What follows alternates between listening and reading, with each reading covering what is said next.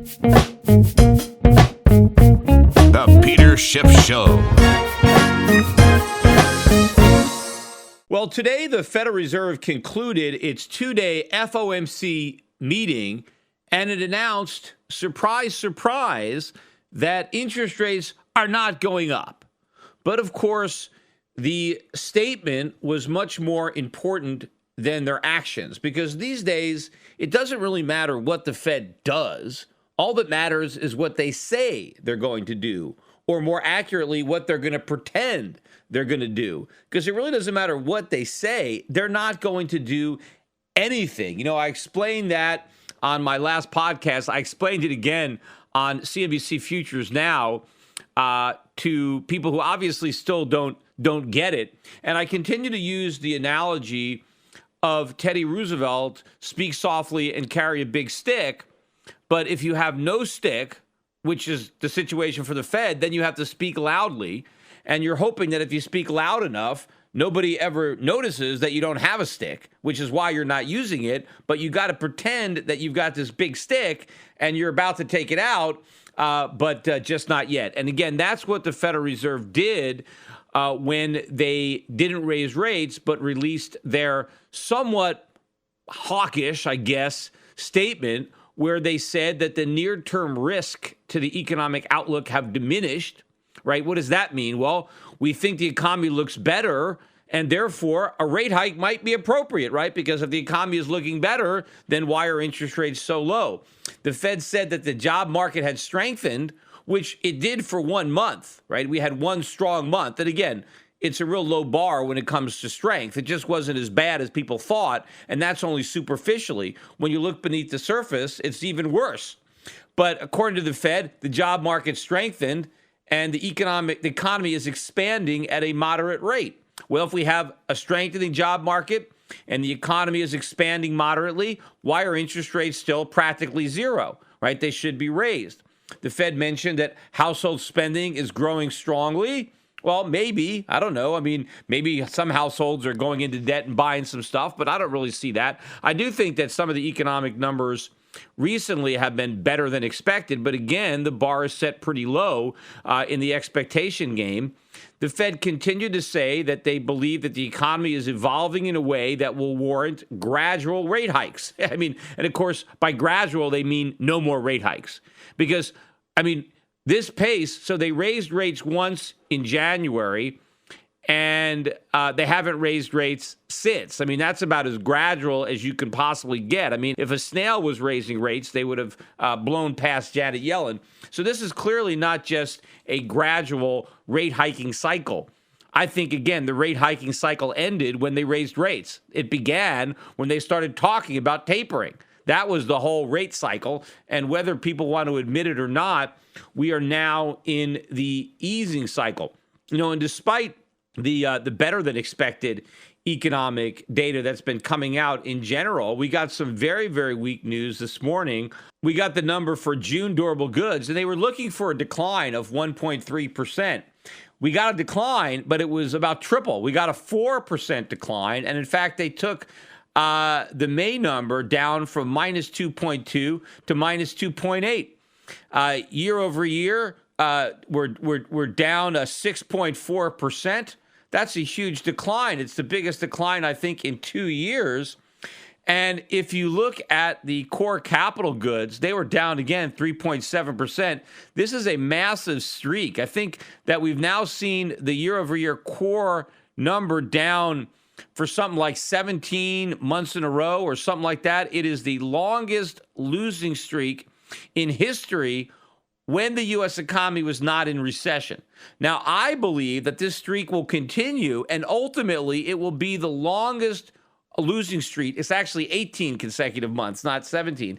I think it's going to be the longest losing streak ever, even including recessions, which would mean that year-over-year core durable goods would have been weaker during this recovery than in any prior recession on record.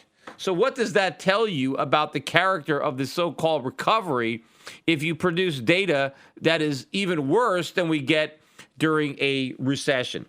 But I want to circle back and talk a little bit about my CNBC appearance. I was not on, again, I wasn't on actual television. I was on the show Futures Now, which is just on the CNBC website. And I was there again, and they brought out Scott Nations. I mean, for some reason, every time I'm on, they think they got to bring out Scott Nations. I don't know why, but if I'm there, maybe he's on the show all the time. I don't know. I mean, I don't watch the show really unless I'm on it, I guess. So I don't know. Maybe he's always there, or maybe they just bring him out when I'm there. I'm not really sure. But he was there. And I was there yesterday. I thought, well, what do you think the Fed's going to do? And I said, they're going to do nothing. Of course, but, all that matters is what they say. I mean, that's what the market is going to react to. And, of course, the market did react. The initial reaction was the dollar strengthened a little bit and gold went down as soon as the more hawkish statement was released. But it wasn't a big move. I mean, gold was up about $6 before the statement. And then it sold off to maybe up about $3. I mean, not that big a deal. And the dollar index was up a little. It went up a little bit more, not much. And then after, 10 or 15 minutes of no follow through, the markets reversed. And gold prices soared. Gold was up better than $20, just over $20 on the session. Silver up about 75 cents, back above $20 an ounce. Big move up. And the dollar index was down about 40, back below 97 at 96.74. And bonds actually rallied and interest rates dropped on this supposedly hawkish statement. You saw the yields on the long bonds fall, not all the way back down to their lows from earlier in the month, but still the bond market went down. So basically the markets are confirming what I've been saying, which is that the Fed is bluffing, that this talk about how the economy is strengthening and how a rate hike is coming at some point, the markets are still not buying it because despite that, the markets traded as if the Fed had basically taken a more dovish position. But of course, had the Fed come outright and done that, had the Fed actually said, we're not raising rates or we're taking rate hikes off the table at least till the end of the year, we've got a neutral bias. If they had said that, the dollar would have tanked. I mean, gold would have just been up $20. It'd have been up more than $100, right? Because it would have been so obvious. But still, the fact that gold goes up when the statement is supposedly hawkish. Now, I think even Goldman Sachs came out and said, well, because of this statement, September now is on the table. As if the Fed is actually going to raise rates in September with an election coming in November. I mean, who thinks that's going to happen? I mean, there's about like a snowball chance that's going to happen. So obviously, if there's going to be a rate hike at all, it would be in December. But look, I really doubt that the Fed's going to be raising rates because I think the economy is going to be much weaker in the fourth quarter than it is in the second quarter right now. We're going to get the GDP number, the first look at the second quarter on Friday. Atlanta Fed is now expecting 2.3. I think they went down from 2.4 to 2.3 after they got that horrible durable goods number. So we'll see what this number is. And of course, whatever it ends up being, they'll probably revise it down later. But look, if the Fed's not going to raise rates in September, which they're probably not going to do, they're not going to raise rates in December. But back to this, the CNBC. So I'm on there and I'm saying this stuff. And then they bring out, their attack dog, Scott Nations, who immediately gets in my face. And it's almost like my last podcast. I mean, this guy, it's almost like he listened to my podcast, but didn't even learn anything because he basically accused me of exactly what I said in that podcast. People are accusing me of. He tried to say, Peter, you were wrong. You said the Fed couldn't raise rates, and they raised rates, so you're wrong. As if that 1/4 point rate hike proves me wrong. When I had to tell Scott Nation, Scott, I was on your show all of 2015 saying the Fed wasn't going to hike rates at all. I was saying it in 2014 when all the other guests were talking about 6, 8 rate hikes, 7 rate hikes, 8 rate hikes. I mean, all these people, does he give them crap every time they come on and say, hey, you said the Fed would raise rates 8 times. They only did it 1 time. So you're completely wrong. I basically said the same thing as I said on my last podcast. I said, Scott, I said the Fed wasn't going to raise rates at all. They raised them once. I was pretty damn close. Nobody was closer than me. I mean, if it was a game of horseshoes, I won. Everybody else was miles away. And I said on my last podcast, if it was The Price is Right, I still won because I was the only one that wasn't over. Everybody was over. I was the only one that came in under, right? I said 0 and they said 1, but I was very close to the actual number. And again, I didn't say it was impossible that they would raise rates. What did I say? I said if they raised rates, the market would tank, right? And then they would have to reverse course and they would have egg on their face and they would lose credibility. And that is exactly what happened. Yet Scott Nations wants to pretend that the big drop in the market had nothing to do with the Fed's decision to raise rates in December. I mean, talk about denial. He's trying to blame it on China. Like, what happened in China in January? Nothing new happened in China that hadn't happened any other month of that year or any other year. This was the biggest. The stock market was off to its worst start to the year ever in the history of the country. What could have possibly done that? Just something out of China? In order to get such a big decline, the only catalyst for such a massive decline was the increase in the interest rates. And then what Scott Nations was then saying is he said, well, Peter, you said if the Fed raised rates, the market would tank. And look, the Fed raised rates and the market's at new highs.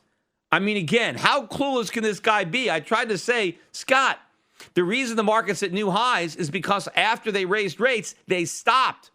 See, what everybody else thought was going to happen is they would raise rates, and that would be the beginning of a tightening cycle, and they would keep raising rates. And had they done that, the market would be in the toilet right now. The reason it stopped going down was because the Fed stopped talking about hiking rates and started postponing when they were going to hike rates, and that's the reason the market's at new highs. And by the way, it's barely up.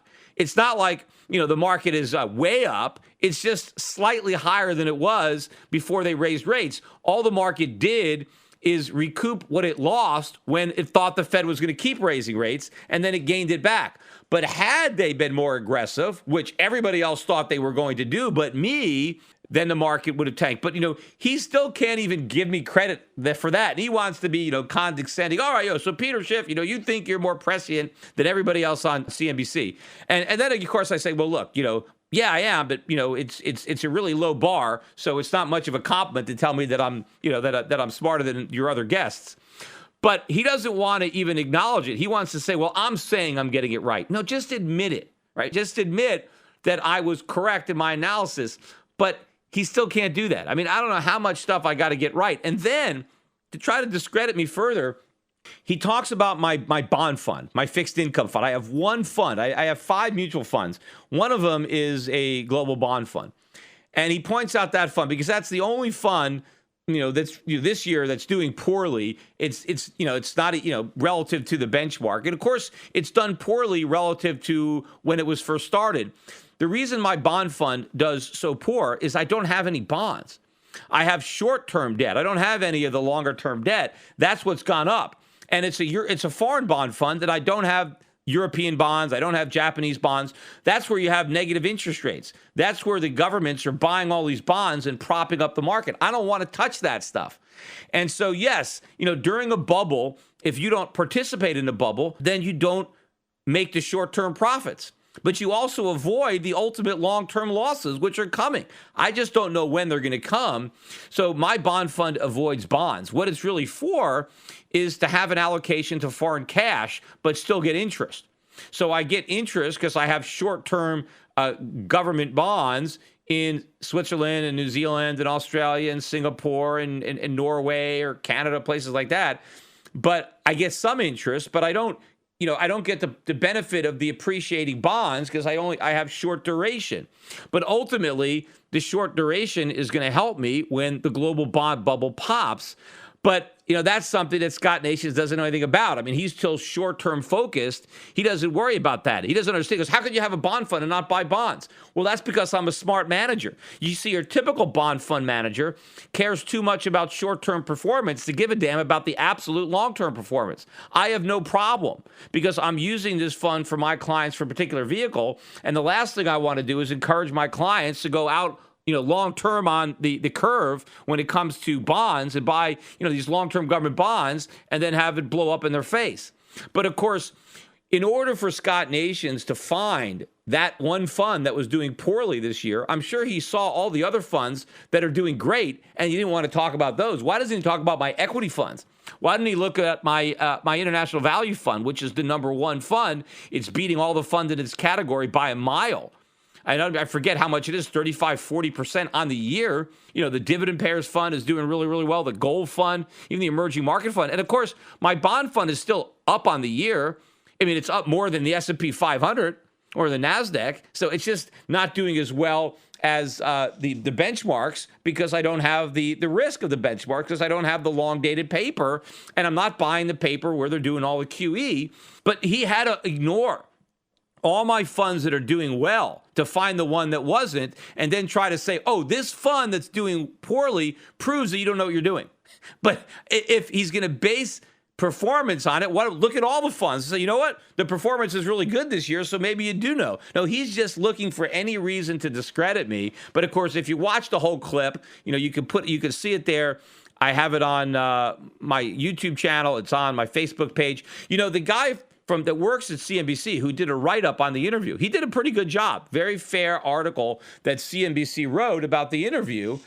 So if you read that, I also put a link to that interview on my Facebook page. And by the way, if you're not liking me on Facebook, which, by the way, Facebook had some great earnings apparently after the bell today, and so that stock is doing really, really well. In contrast to Twitter, which got clobbered for I think the weakest revenue growth in the history of the company. So that one was down today about 14.5%. So Twitter down, Facebook up. But if you haven't liked me on Facebook, go ahead and do that. I still have a lot more people who subscribe to my YouTube channel than who like me on Facebook. And Twitter's bringing up the rear, by the way. Since I mentioned Twitter, I'm not even at 80,000 Twitter followers. So maybe you could just tell, the stock performance just based on that. Because, I got a lot more people following me on Facebook than listening to my tweets. Now, for some reason, Donald Trump manages to get a lot of Twitter followers. So it's working for him. But obviously, for me, Facebook is doing a lot better. And so is the stock, which segues me. Now that I'm talking about Donald Trump, let me talk about the Democratic National Convention. Now, we're about halfway through the convention. Hillary Clinton has now secured the nomination, right? All the troops are in line. They're all backing her. Bernie Sanders, they felt the burn. They got burned. And now Hillary is their candidate. And there's a couple more days left. And the way I would really describe the difference between the two conventions, and first of all, the Democrats want to talk about how the Republicans, they just painted this dark, apocalyptic picture of America. They're talking about how America is broke and how the economy is all screwed up and things are bad. And the Democrats are saying that's wrong. Now, that's not wrong. In fact, I've said it's sugar-coated. It's actually worse than Trump thinks, or at least worse than he is publicly acknowledging. He may know that it's even worse than what he's saying, but he doesn't want to be, too outrageous in the gloom and doom department. But what the Democrats are saying is that, he's painting a very dark picture. No, he's not. He's actually being truthful to the extent that we're in a lot of trouble. But he does have an optimistic message. His message is, I'm going to fix it. I'm going to make America great again. Just elect me and everything is going to be great because we're going to be a great country again. We're going to produce wealth again. We're going to produce good paying jobs again. We're going to start manufacturing. We're going to start exporting. We're going to do all this great stuff that we used to do. And you just have to elect me and I'll get it done. So it's not a pessimistic message. It's basically saying that things are lousy now, but they're going to get better if you elect me. I'm promising to make everything better. He's not promising any kind of tough love or short-term pain. Because remember, he's not talking about taking away important entitlements. He's just saying that things are bad, but don't worry. There's light at the end of this tunnel finally because I'm going to end the tunnel because I'm the light.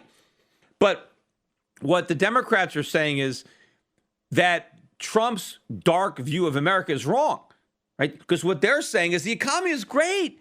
Everything is fantastic. We're the greatest country ever. We've never been this great. Just look at the stock market. It's at all-time record highs. That proves that the economy is great. Now, what are the Democrats saying? Because, of course, obviously, the average guy is sitting there listening to the convention thinking, what is she talking about? Or what is he talking about? The economy sucks.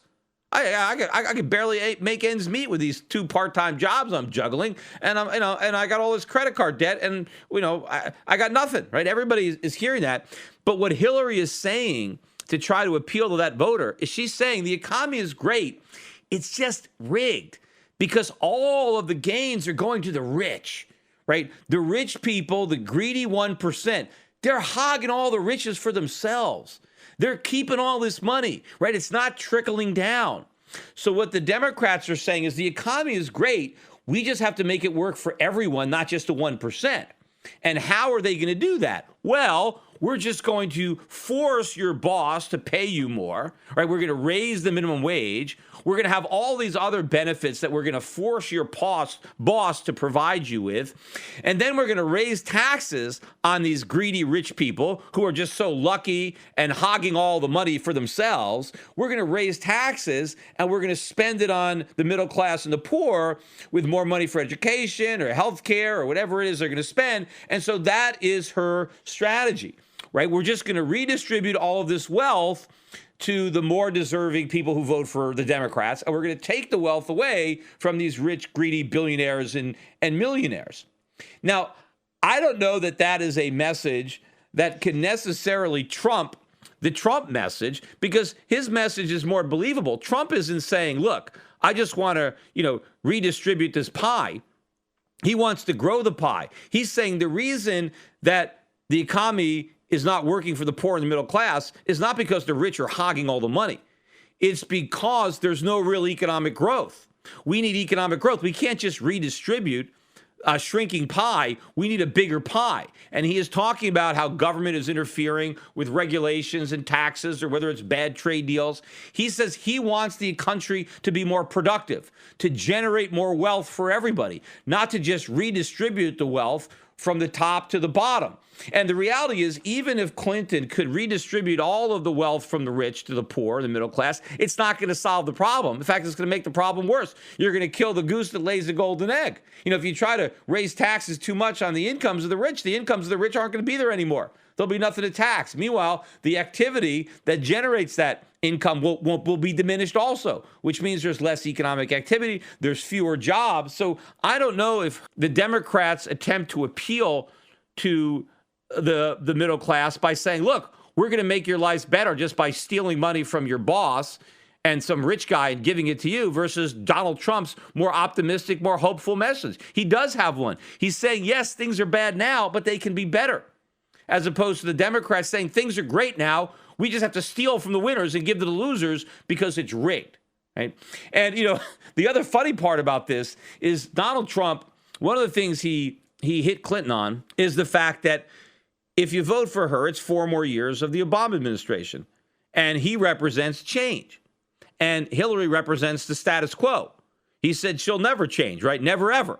And so a vote for Trump is a vote for real change, and a vote for Hillary is to continue the status quo. Now, Hillary Clinton is trying to change that narrative, and now she has assumed the moniker of the change maker. I don't know if you saw Bill Clinton's speech. This is the first time I heard this. And he had this real Harlequin romance fairy tale story about his marriage to Hillary Clinton, which was complete nonsense. I mean, that might have been the most BS speech of the entire convention.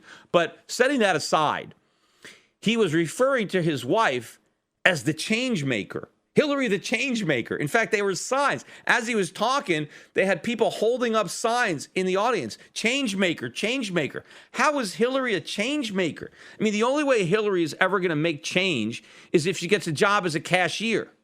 But the thing is, she's probably not even qualified. She might not even be able to pass a security exam to be a cashier. I mean, would you want her as your cashier? Gosh, she'd rob the register blind. But this whole idea that she's a change maker, what is she going to change? Right? I mean, I wish somebody would ask her, so you're going to change something. What?